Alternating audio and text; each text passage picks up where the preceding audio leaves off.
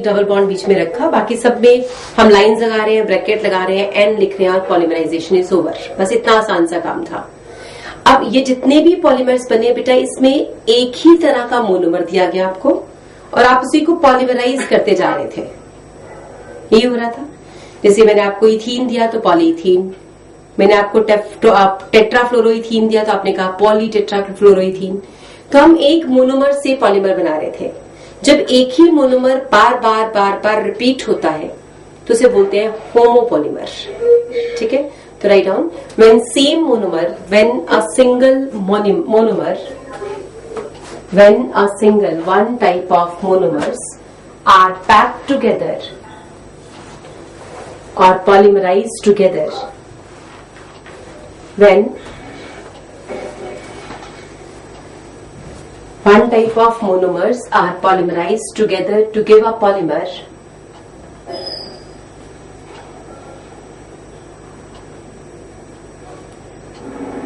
polymerization is called homopolymerization. Polymerization is called homopolymerization.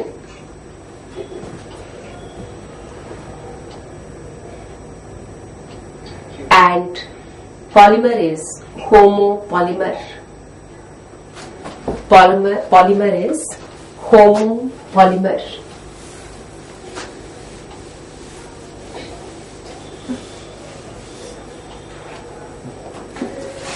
Homopolymer का मतलब है आप ए ऐसे ज्वाइन करते जा रहे हो। This is homopolymer. और ए हमारा क्या है? Where A is a monomer.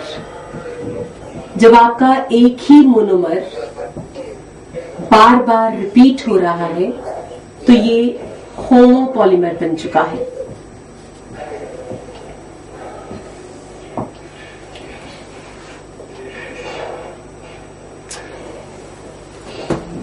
Next point, natural rubber.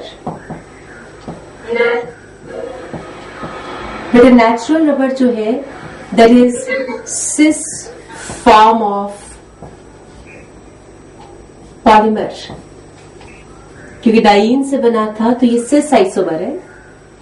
And trans polymer, trans form of polymer of isoprene is called gutta पर्चा।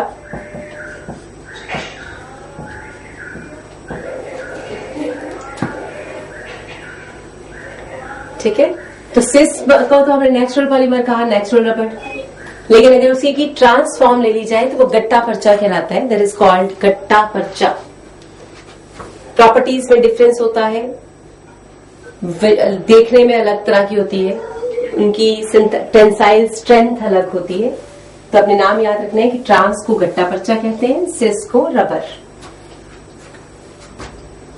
Next term we have is copolymer. एक copolymer लिखने से पहले एक टर्म और लिख लो, addition polymer. Addition polymerisation is also called chain growth polymerization. Chain growth polymerization.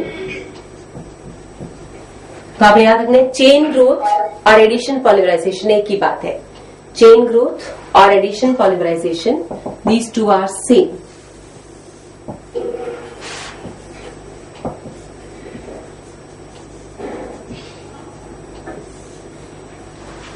Next we have is copolymers. अगला टॉपिक हमारे पास था कोपॉलीमर्स। कोपॉलीमर्स का मतलब है when addition of two or more type of monomers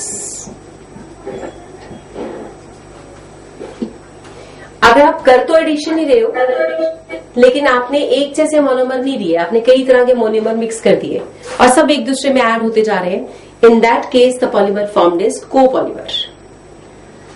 तो copolymer is addition of two or more type of monomers. For example, फिर अगर हम ए और बी लें, A and B, n n, और उसको पॉलीमराइज करने की सोचें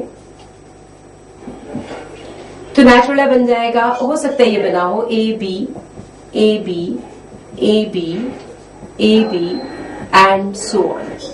बन सकता है ना.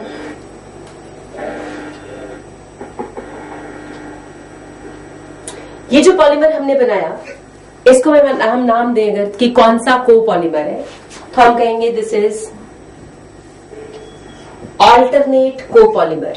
इसका नाम रखा गया ऑल्टरनेट कोपॉलीमर. ये जरूरी तो नहीं है कि ए और बी ऐसे ही लगेंगे, ऐसा भी तो हो सकता है कि ए ए ए ए, बी बी बी, अगेन ए ए ए ए, बी बी बी.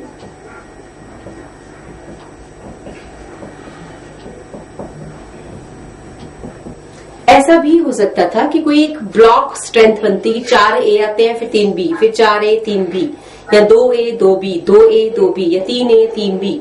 ऐसा कोई सीक्वेंस बनता तो हम इसे कहते हैं block copolymers. These are called block copolymers.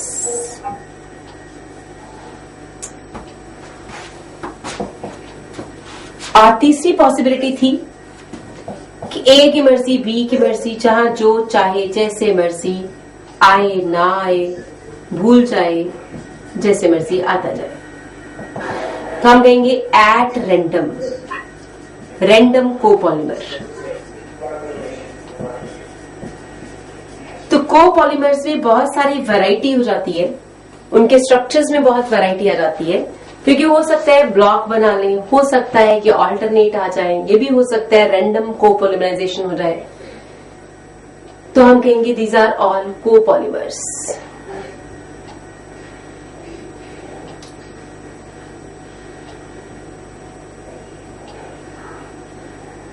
यानी जब हम एक से ज्यादा मोनोमर डालते हैं तो कोपॉलीमर, जब एक ही मोनोमर से काम चला लेते हैं तो दैट इज होमोपॉलीमर. कोपॉलीमर का अब हमें एग्जाम्पल करना था, तो पहला एग्जाम्पल था Buna S. Examples of copolymer,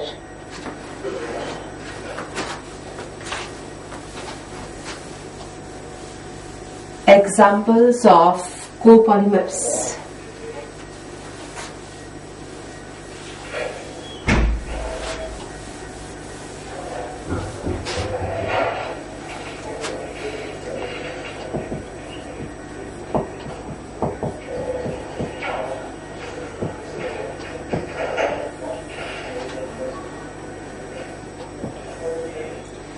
मेरा फर्स्ट एग्जाम्पल है buna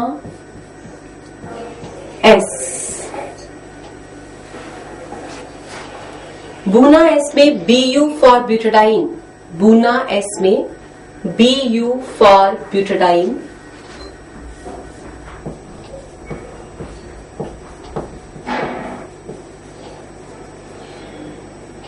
N A for sodium, and S for styrene.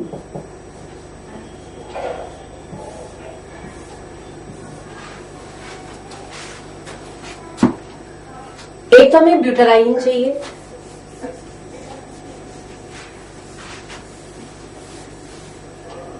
दूसरा हमें चाहिए स्टाइरीन, और सोडियम की प्रेजेंस में ये रिएक्शन होगा. स्टाइरीन था बेंजीन ऑन इथीन.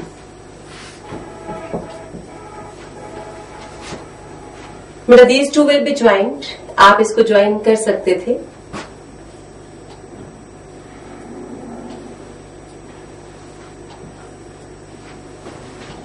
तो हमारे पास आंसर आ जाता CH2 single bond CH, double bond CH, single bond CH2, CH2 CH benzene, N times N times,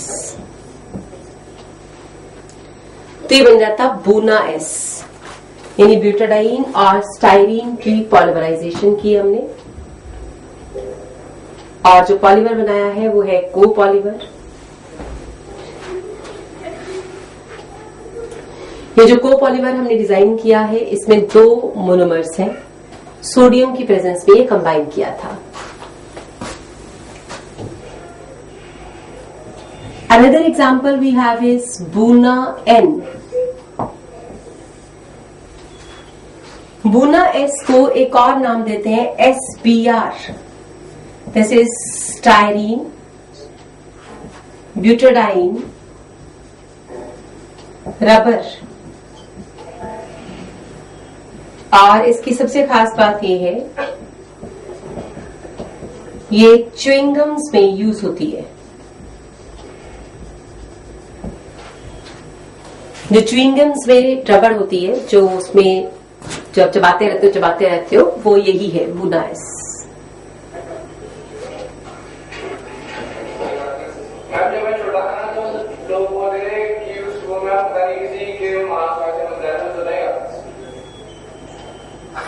नहीं बेटा, वो किसी के मांस से नहीं बनता,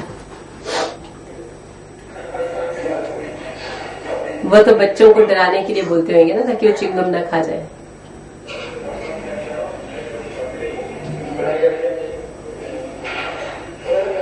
किसी ने ये नहीं कहा कि अगर निगल गए पेट पे चला गया तो पेट चिपक जाएगा।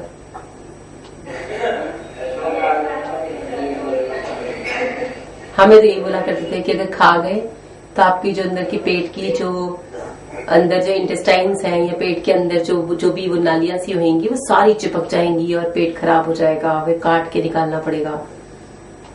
तो डर के बारे हम खाते ही नहीं थे। Okay, that is Buna N. चलो बूना एन लिखो। Buna N is butadiene nitrile. इसमें जो मोनोमर्स हैं वो है ब्यूटाडाइन, वो तो सेम है। N is for acrylonitrile. Acrylonitrile अभी थोड़ी देर पहले किया था। एक्रिलोनाइट्राइल था CH2 डबल बॉन्ड CHCN। तो 2 मोनोमर्स आपके पास हैं बूना एन में।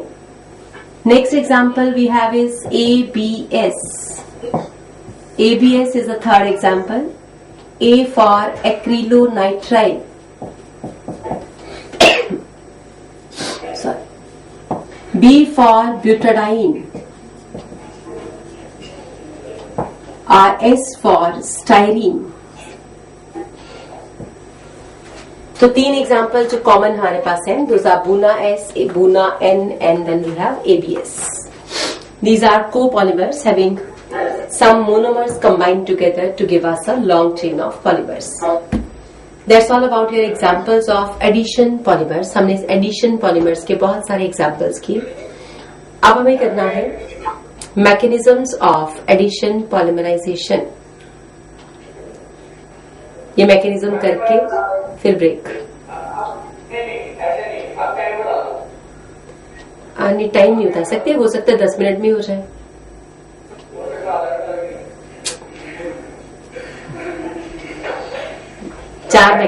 छोटे छोटे से 4 मैकेनिज्म्स हैं, वो कर लो और फिर जैसे मैकेनिज्म्स खत्म वैसे आपका ब्रेक शुरू। ठीक है? हाँ जी, छुट्टी नहीं कर सकते बेटा, वो अभी मुझे इसके बाद ना कंडेंसेशन पॉलीमर्स भी कराना है। ठीक है, 1 घंटे का वो भी टॉपिक है। आ जाओ बेटा, you are most welcome.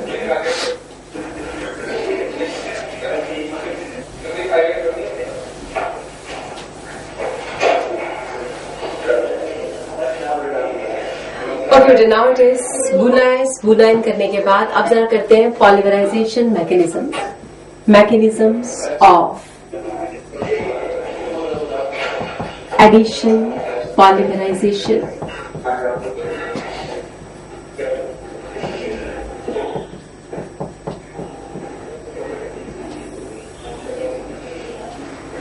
First mechanism is free radical mechanism. First is free radical mechanism.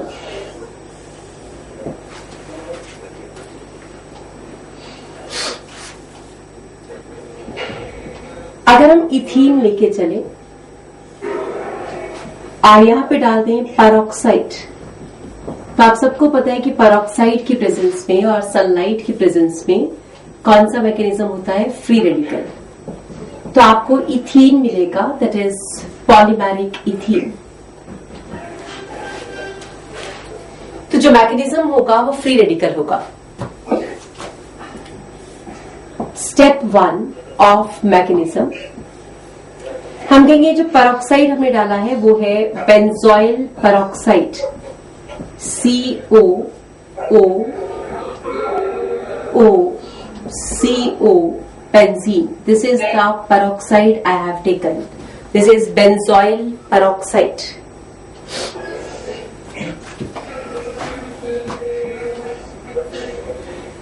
Benzoyl peroxide में ये पेरोक्साइड लिंकेज है, दिस इज पेरोक्साइड।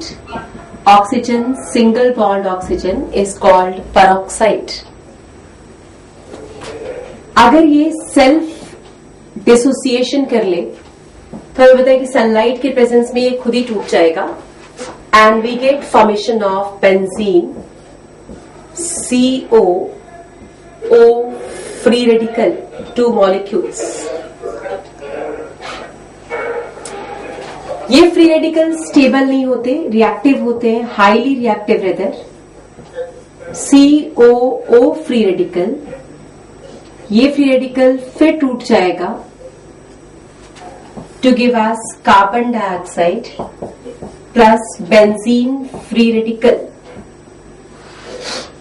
और अब आपके पास बेंजीन फ्री रेडिकल बन चुका है। We have C6H5 free radical formed. This step 1 is called chain initiation step. This is chain initiation.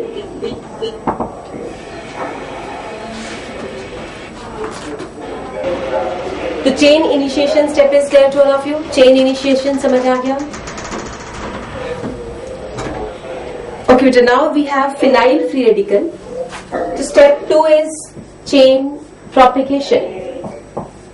Step 2 में ये जो फिनाइल फ्री रेडिकल यानी C6H5 फ्री रेडिकल हमने बनाया है, C6H5 फ्री रेडिकल, ये इथीन से कंबाइन करेगा और इस तरह से हमें half bond, we will get benzene, CH2 single bond CH2 free radical, chain propagation. Again this benzene, CH2 single bond CH2 free radical plus again ethene, फिर से टूट जाएगा and we get chain propagating again and again and again so on. अब ये chain बढ़ती चली जाएगी, एक लॉन्ग चेन बन सकती है। We can get a long chain formed over here. So that is called chain propagation.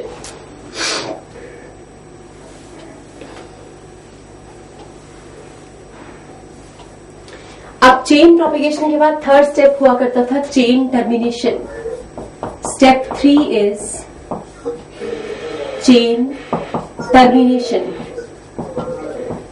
Chain termination is अगर एक chain with free radical, a second chain with free radical combined together, तो एक लंबी सी chain बन जाएगी, तो this is called chain termination.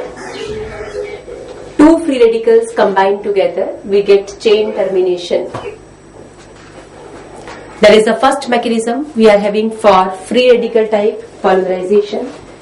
तो आपके पास था free radical mechanism, the first mechanism.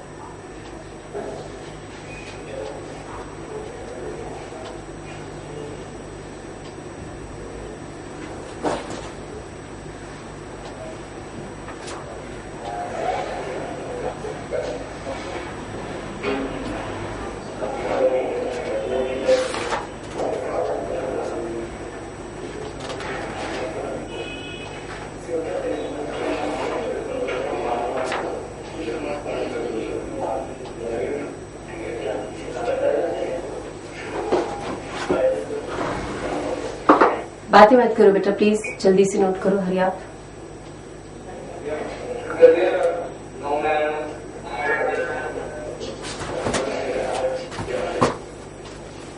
Step 2 is chain propagation.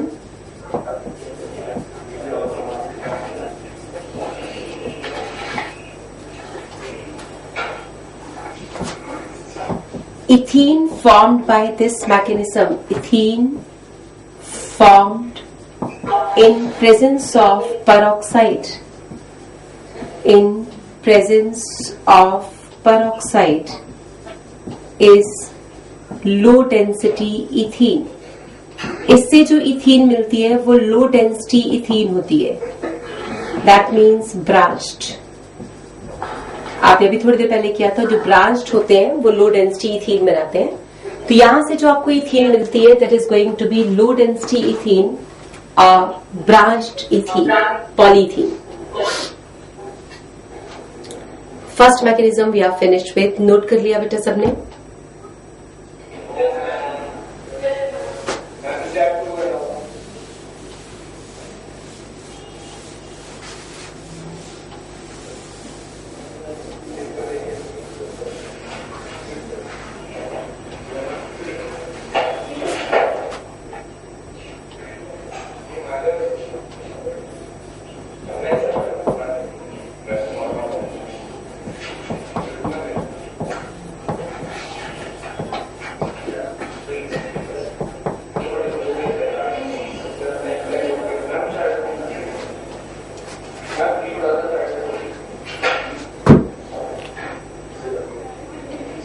Second mechanism heading डाल लो आप लोग, coordination polymerisation. Second is coordination polymerisation.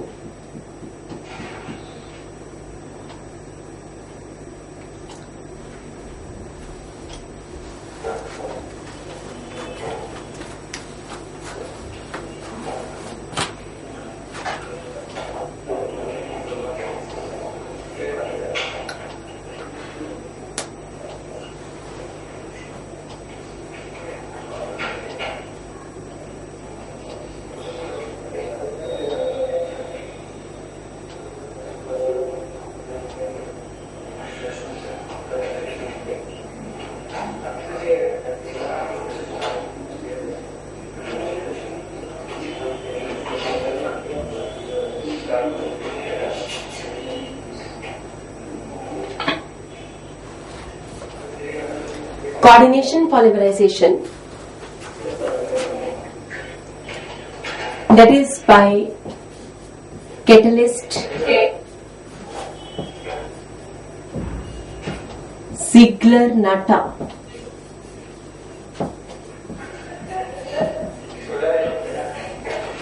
It is titanium tetrachloride or titanium trichloride with trialkyl aluminium. क्या लगता है? नाता लगता है।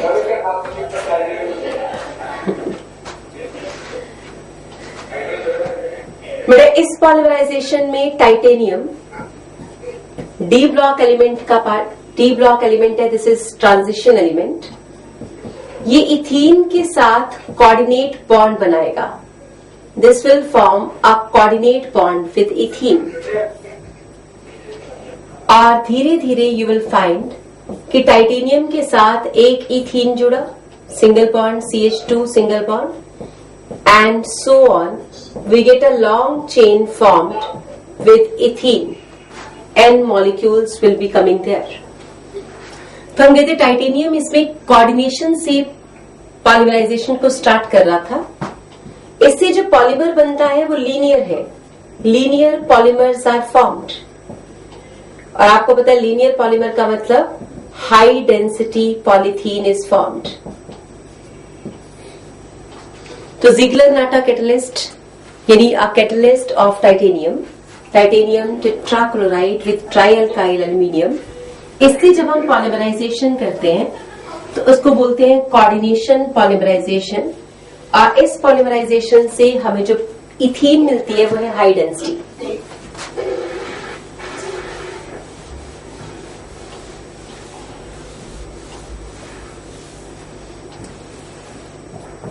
Third mechanism is cationic polymerisation. इसके बाद तीसरा मैकेनिज्म हमारे पास था cationic polymerisation.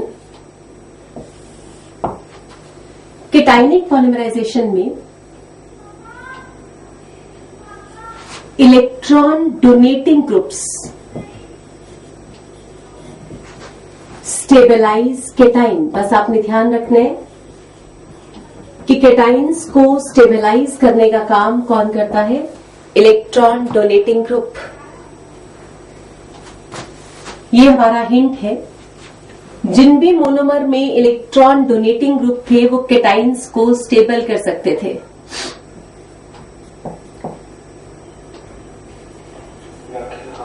For example CH2 double bond CH3। यहां पे एक मिथाइल इलेक्ट्रॉन डोनेटिंग है तो हम कहेंगे पॉलीमराइजेशन होगी केटाइनिक। केटाइनिक पॉलीमराइजेशन एसिड यानी H पॉजिटिव की प्रेजेंस में की जाती है and we get the polymer. Step 1 of mechanism यहां पे क्या होता है? सबसे पहले स्टेप में CH2 CH3 एसिड से रिएक्ट करेगा और हमें पता है कि pi bond will shift towards this side. H positive will go to the carbon having more number of hydrogens और ये आपको मिलेगा CH3 single bond CH3 positive. एक कार्बोकेटाइन बन जाएगा और मिथाइल क्योंकि इलेक्ट्रॉन डोनेटिंग है इस कार्बोकेटाइन को स्टेबल करेगा। ये हमारा इनिशिएशन है, चेन इनिशिएशन। स्टेप 2 इज ये जो CH3 single bond CH3 dot positive charge जो हमारे पास बन गया केटाइनिक पार्ट, ये फिर अगले मोनोमर के साथ रिएक्ट करेगा। Again pi bond will shift और अब इन दोनों में एक लिंक बनेगा, एक बॉन्ड बनेगा। Now we get CH3 CH3 CH2 single bond CH3 again a positive charge. तो अब ये चेन आपकी प्रोपेगेट होने लग गई। एक बार केटाइन बना फिर वो केटाइन जनरेट करता रहेगा। और स्टेप 3 होता था हमारा टर्मिनेशन। तो जब एसिड से स्टार्ट कर रहे हैं तो हम कहेंगे चेन के बिगिनिंग में एक पॉजिटिव चार्ज है, आप इसमें बेस डालो, बेस और OH नेगेटिव डाल दो तो नेचुरल है चेन आपकी टर्मिनेट हो गई। तो एसिड से जब स्टार्ट किया तो बेस से उसको रोक लिया। तो chain termination can be by base. जब आपको लगे कि बहुत लंबी चेन्स बन गई हैं, now you can want to terminate the chain, तो आप उसमें थोड़ा सा बेस डाल दोगे। तो that is called chain termination step, cationic polymerisation. तो इसमें हम उन मोनोमर्स को चूज करते हैं, वो मोनोमर्स जिनमें आपको इलेक्ट्रॉन डोनेटिंग ग्रुप नजर आते हैं। तो this is about your cationic polymerisation, जिसमें मिथाइल, इथाइल एक्सेट्रा होता। और लास्ट पॉलीमराइजेशन हमारे पास था मैकेनिज्म एनायनिक पॉलीमराइजेशन। और एनायनिक पॉलीमराइजेशन